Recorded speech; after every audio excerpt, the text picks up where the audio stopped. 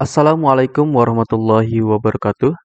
Adik-adik, di video kali ini, saya akan memberikan kunci jawaban di tema 8, kelas 6, subtema 1, pembelajaran 4, halaman 29, 31, 32, 33, 35, 36, dan 39. Baik, langsung saja kita jawab di halaman 29. Ayo membaca. Sore itu, Alan sedang membaca berita tentang sebuah sekolah untuk anak jalanan. Berita tersebut disajikan setelah halaman ini. Bacalah judul berita tersebut, perkirakan informasi yang akan kamu dapatkan. Sajikan perkiraan informasi tersebut dalam format seperti di bawah ini. Jadi di bawah ini ada sebuah cerita atau berita yang berjudul Sekolah Anak Jalanan. Nah, tetapi kalian diminta untuk membaca judulnya saja ya. Ya, ini saja yang perlu kalian baca.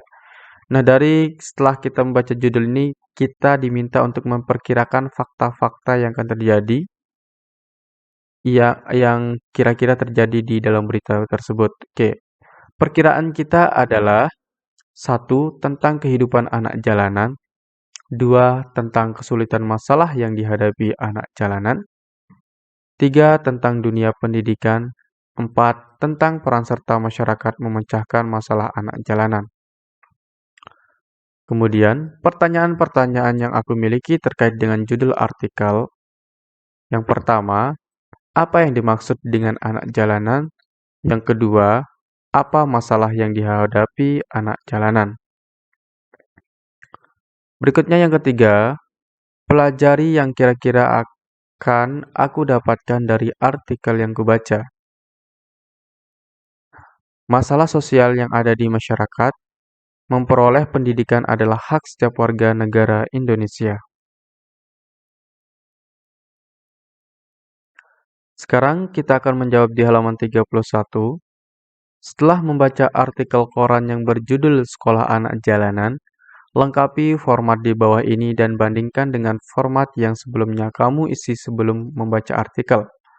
Apakah ada perbedaan? Jelaskan jawabanmu.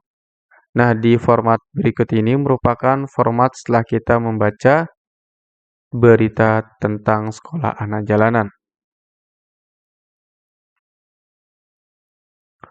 Fakta-fakta yang kudapatkan dari artikel, yang pertama kondisi fisik anak-anak jalanan, yang kedua kehidupan atau aktivitas anak-anak jalanan, yang ketiga tempat sekolah-sekolah anak jalanan, yang keempat organisasi yang peduli dengan dunia pendidikan anak-anak jalanan, yang kelima tentang pendidik atau guru sekolah anak-anak jalanan. Berikutnya kolom sebelah kanan, hal-hal baru yang aku dapatkan dari informasi di artikel. 1. Kondisi fisik anak-anak jalanan. 2. Walau hidup susah, anak-anak jalanan tetap semangat bersekolah. Yang ketiga, pelajaran yang aku dapatkan dari artikel yang kubaca. Selalu bersyukur karena kehidupan saya tidak sekeras dan tidak sesulit anak-anak jalanan. Sekarang kita akan menjawab di halaman 32. Kewajibanku sebagai seorang pelajar. Kewajiban pertama, menaati tata tertib di sekolah. Kewajiban kedua, menghargai seluruh warga sekolah. Kewajiban ketiga, menjaga nama baik sekolah. Kewajiban keempat, memelihara fasilitas sekolah. Kewajiban kelima, mengikuti seluruh kegiatan pembelajaran. Setelah itu, kita akan mengisi dan menjawab di Ayo Berdiskusi. Berdiskusilah dengan teman sebangkumu dan jawablah pertanyaan di bawah ini.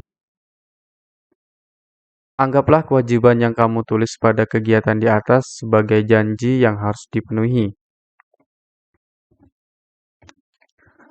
Jelaskan mengapa kamu memilih janji tersebut. Apakah janji itu akan memberi manfaat bagi keberhasilan pendidikanmu? Jawabannya, dengan menaati peraturan sekolah akan tercipta keteraturan dan suasana nyaman dalam sekolah. Ya, janji menaati peraturan sekolah memberi manfaat bagi keberhasilan pendidikan saya. Kemudian soal nomor 2, apakah kewajiban yang kamu tulis merupakan hal yang harus kamu lakukan? Jelaskan jawabanmu. Ya, kewajiban yang saya tulis merupakan hal yang harus saya lakukan, karena manfaat yang diperoleh sangat banyak, baik manfaat untuk diri sendiri maupun manfaat untuk orang lain. Soal ketiga, apakah melaksanakan kewajiban akan memberikan manfaat bagimu? Mengapa? Iya, memberikan manfaat bagi saya karena dengan melaksanakan kewajiban maka melatih saya untuk mempunyai sikap tanggung jawab, mudah dipercaya orang, disegani orang, hati dan perasaan lebih tenang dan tentram. Berikutnya, kita akan jawab di halaman 33 soal nomor 4. Apa yang bisa kamu simpulkan dari kegiatan ini? Nilai-nilai apa yang kamu peroleh dari kegiatan tersebut? Jawabannya, bahwa melaksanakan kewajiban itu sangat menguntungkan dan bermanfaat, baik untuk diri sendiri maupun orang lain. Nah, sekarang kita perlu menjawab di halaman 35. Nah, di halaman 35 ini kita diminta untuk membuat peta pikiran tentang negara Thailand ya. Jadi di sini ini saya sudah siapkan tentang peta pikirannya. Halaman 35. Pertama kalian buat 6 kotak dulu, satu kotak di tengahnya, kemudian 5 kotak di samping kiri kanan atas bawah dari kotak yang ada di tengah. Kemudian di tengah kamu tulis dengan wilayah geografis Thailand. Wilayah geografis Thailand dapat dibedakan menjadi 4 wilayah. Dataran rendah yang dialiri Sungai Chao Phraya berada di bagian tengah. Daerah pegunungan dengan gunung tertinggi Doi Itanon berada di bagian utara dan barat. Pegunungan Kapur berada di bagian timur yang disebut Pegunungan Plato. Tanah Genting Kra memanjang di bagian selatan semenanjung Thailand. Berikutnya, di halaman 36, kita diminta untuk membuat peta pikiran tentang Vietnam. Baik, di sini sudah saya siapkan tentang peta pikiran di negara Vietnam. Sama seperti tadi, kamu buat satu kotak di tengahnya, kemudian 5 kotak di kiri, kanan, atas, bawah dari kotak tengah tersebut. Di kotak tengah, kamu tuliskan wilayah geografis Vietnam. Wilayah geografis Vietnam terdiri atas bukit, gunung berhutan lebat, dan dataran rendah.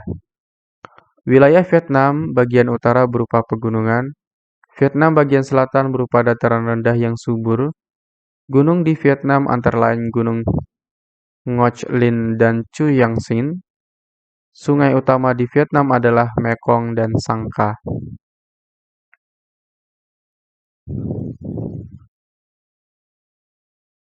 Nah, di bawah peta pikiran tadi, perlu kita jawab, ayo berlatih. Bandingkan kondisi alam Thailand dan Vietnam. Baik, langsung saja kita tulis di bawahnya ini. Negara Thailand dan negara Vietnam merupakan anggota ASEAN. Kedua negara sama-sama terletak di kawasan Asia Tenggara, dengan mayoritas penduduknya beragama Buddha. Dengan kepala pemerintahan dipimpin oleh seorang Perdana Menteri, kedua negara juga mempunyai laut yang juga menjadi batas wilayah dengan negara lain. Tanah kedua negara merupakan tanah yang subur, yang menyebabkan kedua negara merupakan salah satu negara-negara penghasil beras terbesar di kawasan ASEAN. Negara Thailand dan Vietnam adalah dua negara yang berbeda. Perbedaan antara negara Thailand dan Vietnam di antaranya adalah bentuk geografis dan demografis. Thailand mempunyai tanah genting atau dataran kecil yang menghubungkan dua daratan dan dibatasi oleh perairan atau laut. Sedang Vietnam tidak mempunyai tanah genting. Bentuk pemerintahan Thailand adalah kerajaan, sedang bentuk pemerintahan Vietnam adalah Republik Sosialis.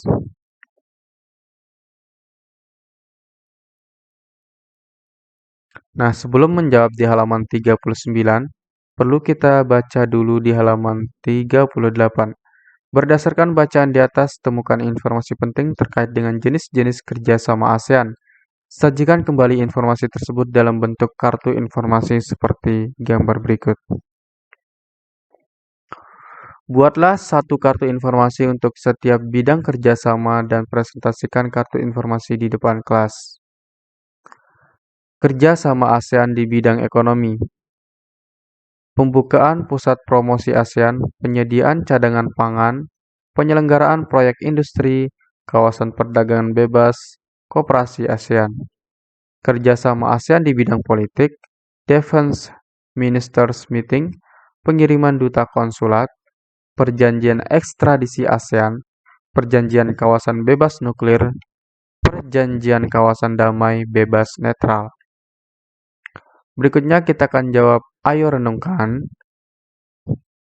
Soal pertama sampai 2 dan 3 tidak mungkin kita jawab di sini, maka saya sudah siapkan lembaran yang berbeda untuk menjawab soal 1, 2, dan 3.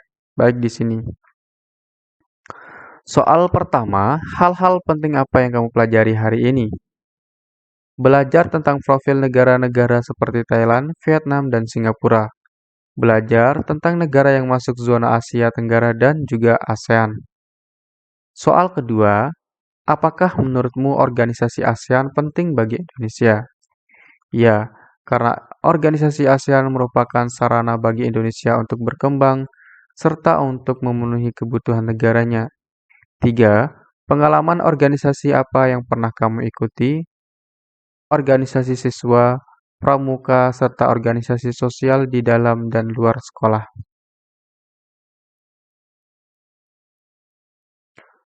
Nah, baik, itu saja merupakan kunci jawaban di pembelajaran 4 kali ini. Semoga bermanfaat untuk kita semua. Jangan lupa untuk like video ini, kemudian subscribe channel ini, dan bagikan ke teman-teman kamu. Sekian, Assalamualaikum warahmatullahi wabarakatuh.